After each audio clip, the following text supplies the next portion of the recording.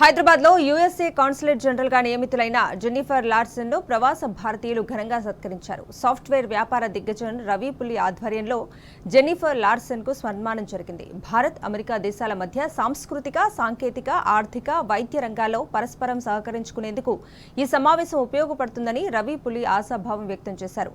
ఇక వచ్చే నవంబర్లో ఆసియాలోనే అతిపెద్ద ఎంబసీ హైదరాబాద్ లో ప్రారంభించబోతున్నట్లు వెల్లడించారు జెన్నిఫర్ లార్సన్. భారతీయులకు వీసాల సంఖ్యను మరింత పెంచేందుకు కృషి చేస్తారని ఆమె తెలిపారు. కొత్తగా నియమితులైన US consulate general miss Jennifer Larsen గారికి మేము ఒక లంచ్ ఏర్పాటు చేయడం జరిగింది. ఇక్కడ వాషింగ్టన్ డీసీ ఏరియాలో ఉంటున్న తెలుగు వారందరూ, వివిధ రంగాల్లో సెటిల్ అయిన వాళ్ళందరూ వచ్చి ఆమెను అభినందించడం జరిగింది. ఇప్పుడు జరుగుతున్న వీసా సమస్యల గురించి, తర్వాత బిజినెస్ డెవలప్మెంట్ గురించి, ఇండియా యుఎస్ రిలేషన్స్ వాటికి సంబంధించి కూడా చర్చ చేయడం జరిగింది.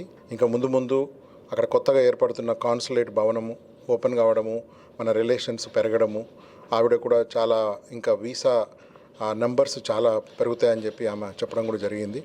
It was wonderful opportunity.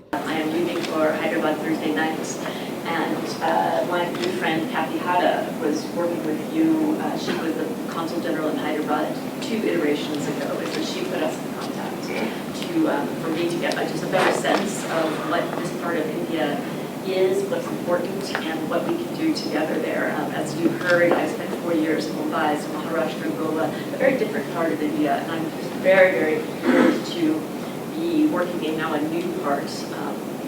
We are going to be opening a brand new consulate in November, and it's going to be the biggest in South Asia. I think some of you will love the number that we will have 55 visa windows.